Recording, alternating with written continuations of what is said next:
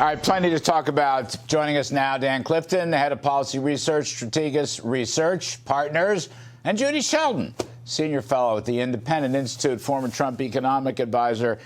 First of all, welcome, kids. Especially wonderful to see you, Judy. Dan, don't feel left out, but we've had you on before. We've never had her in set. All right, now, hang on. Jay Powell, at an interview out of the Washington Economic Club today, here's what he said about hiking interest rates.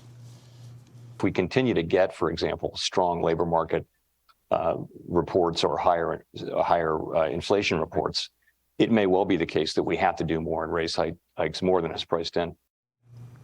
All right. So, Judy Shelton, I can understand raising rates if inflation stays high, but not because more people have jobs. Well, I mean, there he goes again. It's just knockout jobs report, and the Fed has to come down and slam it. I'm sorry, you go ahead. It's funny. There he goes again. There he goes again. Because really, strong jobs not being inflationary, where we can have a low unemployment but inflation coming down, is a testimonial to what happened in the prior Republican administration under President Trump and your economic oversight. We had exactly that in 2018-19, beginning of 2020.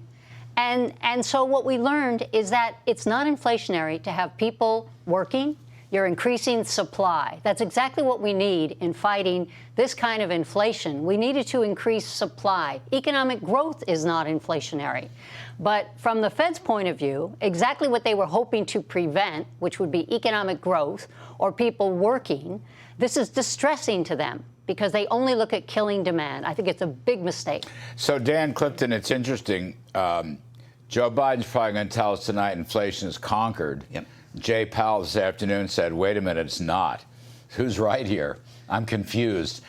We still got a long road to go. Remember, Jay Powell is draining the money supply, so it's eventually going to get inflation out of the system. Policies being put forward today are going to make inflation worse. Higher taxes, more government spending. Higher taxes? Higher taxes. Joe Biden is going to call for higher taxes? Tell us about that. Putting forward a billionaire's tax, higher taxes on stock purchases, on stock buybacks. All those combined remind me 2 years ago. 2 years ago, Joe Biden gave a speech. Jay Powell did his Fed press conference. Zero rates, lots of government spending. Of course, we got inflation from that. What I'm encouraged, though, is that the Fed is getting the money supply down, and we're seeing inflation come down. And we just got to make sure we don't kill it because we're getting jobs overall. Judy, what good is raising taxes going to do? Dan is right. I mean, I've been reading the wealth tax. He calls it a billionaire's tax, but it's going to be a lot lower than that. They're going to increase the tax on stock buybacks, which is anti-investment. And the wealthy people, the top 1%, just came out for 2020, the latest year. The top 1% paying 42% of the tax revenue. 42%. So they're closing on paying half it. He says they're not paying their fair share. But more importantly, the economic consequences of this kind of thinking.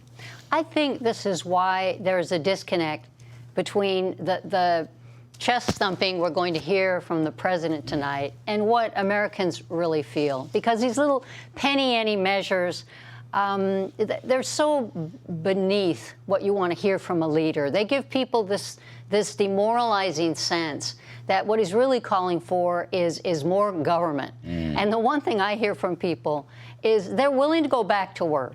I think that it's the nature of the American economy and the American system. And it's the miracle of free enterprise. They want to be productive. They want to be successful. And when you hear this is a subtle attack on success by saying those guys who got wealthy, oh, they're not good. They're the enemy somehow. And I think really people are inclined to look up to the innovators. And so it's very discouraging if entrepreneurial capitalism is being targeted when we should be supporting free enterprise and empowering everyone to have a shot at being successful at the highest level. Dan Clifton, do you think, I know we'll have to see, do you think Biden will accommodate Kevin McCarthy on the debt ceiling and structural spending reforms, or do you think he will attack the Republicans as per what Judy Shelton has just suggested, coming at him with the usual class warfare, accusing them of being mad. How do you see this? So I think he's going to attack. He's going to say that the Republicans are the party of default, and the Speaker did the right thing yesterday by trying to get out in front of this. Yep. Remember, we have a huge opportunity in front of us. The Speaker can unify the Republican Party. He could put forward a pro-growth message and attach that to the debt ceiling. To do that, all 218 Republicans have to vote on a bill, raise the debt ceiling, cut spending, put work requirements in. How about some energy independence and send it over to the Senate? They are no longer the default people anymore. If that's the case, the burden is now on the president and Chuck Schumer to then fashion a response. That's what John Boehner was able to do in 2011.